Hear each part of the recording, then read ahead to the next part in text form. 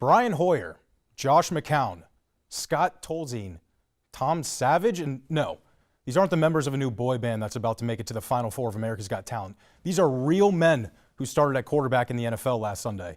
And we were this close to getting a guy named Nathan Peterman to start for the Bills. My guess is 95% of football fans outside of the University of Pittsburgh have never heard of him. I know I hadn't before this past weekend. You know, for being the league that's supposed to harbor the most elite athletes football has to offer, there sure seems to be a lack of elite talent at the quarterback position. See, when I think of the top gunslingers in the National Football League, I think of guys like Brady, Rodgers, Breeze, and there are many fans who can make a case for Russell Wilson or Eli Manning to be mentioned in the upper echelon of signal callers, or even Andrew Luck, if he can ever stay healthy. But outside of this core group, there's a small drop-off that continues to get steeper and steeper and steeper, and then you get to Scott Tolzien's level. So it begs the question, where are all the elite quarterbacks? Yeah, this team's going to need to score a lot of goals without El Hem. She was the team's assist leader when she went down. But Maddie Latino is going to be the one to watch today. Leads the team with 9 goals on the year. That's good enough to put her in top 5 in program history in terms of points and total goals. But we have a lot to talk about. And let's go over to the stadium that's next to the IU Field Hockey Complex because the Indiana men's soccer team is #1 in the nation. Numero uno. You think I should say it again, or did they get the message? You should say it one more time. They're the #1 team in the nation. If you're not paying attention to the IU men's soccer team, you're just delusional. It's absolutely insane because this team has a chance to go on to win the national championship. And for a little bit of perspective on how the season's going, here's Courtney Robb. James Blackman Jr. is 1 rebound away from a double-double. Big alley-oop from Curtis Jones to Devontae Green, and that one gets the Indiana fans up on their feet.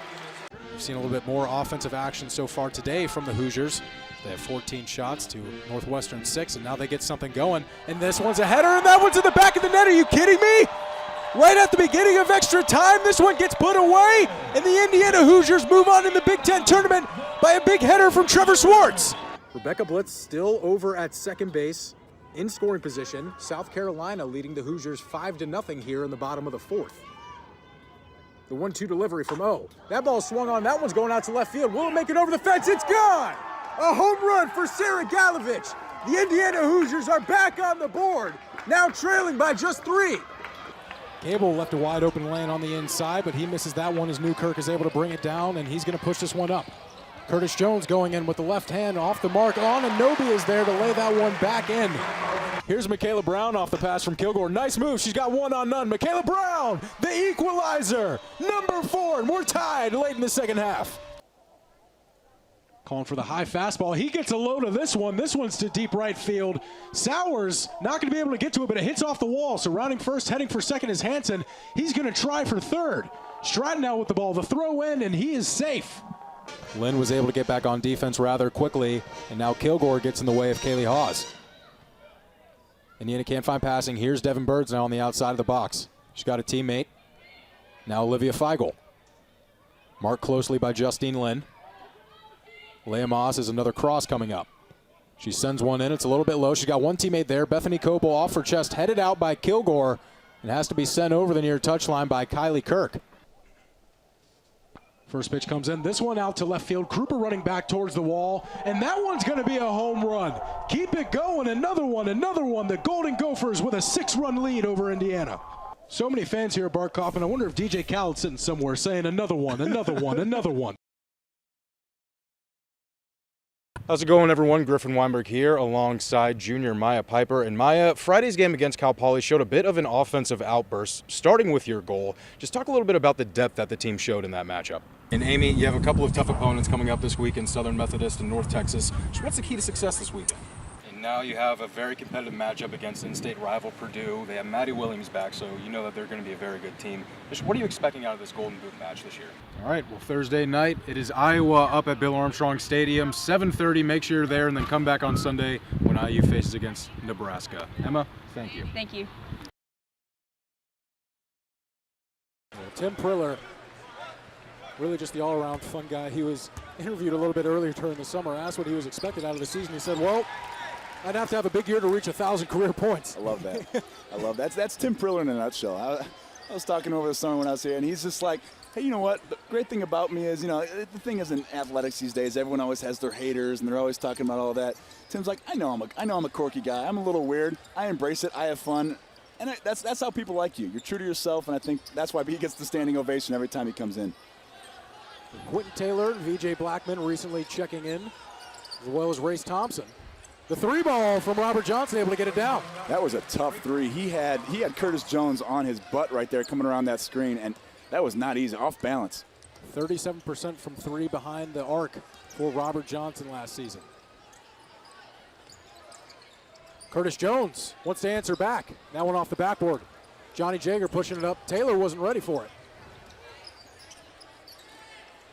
Johnson, back to back. He's on fire. You're going to see a lot of that this year from those wings. Robert Johnson loves that shot. They had him as a primary ball handler a little bit last year, and I don't think that's where he excels. I think he needs to play off the ball, and that's where we missed him. Honestly, my last year playing was, in the NCAA tournament when he went down with the foot injury. His ability to knock down those shots and play defense. He's so strong. We call him the pit bull. That's Tim Priller, great finish. Tim's a veteran now. He has that sense for where that rebound's going. Tim Priller, he knows what he's doing. He gets his first 2 points of the evening. Big number 35 getting on the board. Robert Johnson. Johnny Jager, chance for the open three. Decides to try to drive in. Tim Priller got a hand on it. Johnson, can he make it 3 in a row? Off the front of the rim. Big rebound by Clifton Moore. Good contest there by Curtis Jones. Devontae Green, who's running a lot of the offense for the red team today. Putting the moves on Quentin Taylor. How about that from the sophomore? Wow, that was special. It's just one-on-one. That was NBA style. I got this, coach. Confidence level through the roof for 11 in red.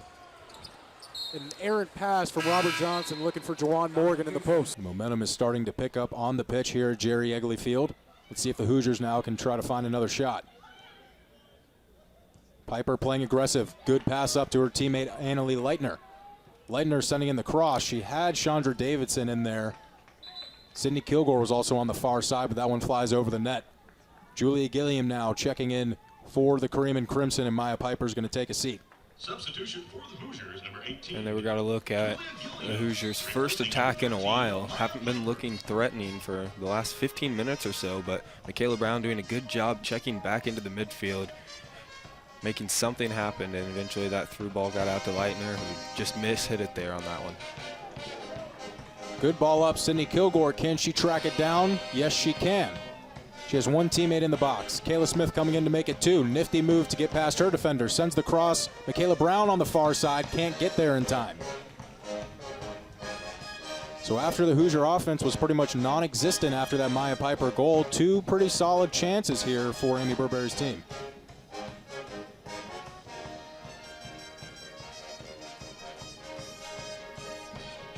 Right now in the Big Ten, Indiana currently sitting in the 12th position with 5 points. Iowa 2 spots ahead at number 10. They have 7 points in Big Ten play. Both teams in almost near must-win situations. Sydney Kilgore, nifty move. She looks for the cross on the inside. No teammate is there, though. Annalie Leitner on the rebound. She fires one with the left foot, and that one just over the net for the redshirt junior. And that was a great cross by Sydney Kilgore there. Plays it right along the 6. Just unfortunately for her, she had no teammates there. Deflection bounced out to Leitner, and she sends it over. It appears to be a deflection here, so we'll have an Indiana corner. May have looked like it hit the hand there. Yeah, looks like Amy Burberry, she's a little bit puzzled right now. She might be thinking the same thing you're thinking. But in the end, it is going to be a corner kick. Burberry's still a little bit confused, but Caroline Dreyer with the left foot, inward swinging. She's got one teammate, Annalie Leitner again. Could not keep that ball low enough, so 2 great chances for the redshirt junior after coming in. And now the Hoosier offense finding its rhythm once again.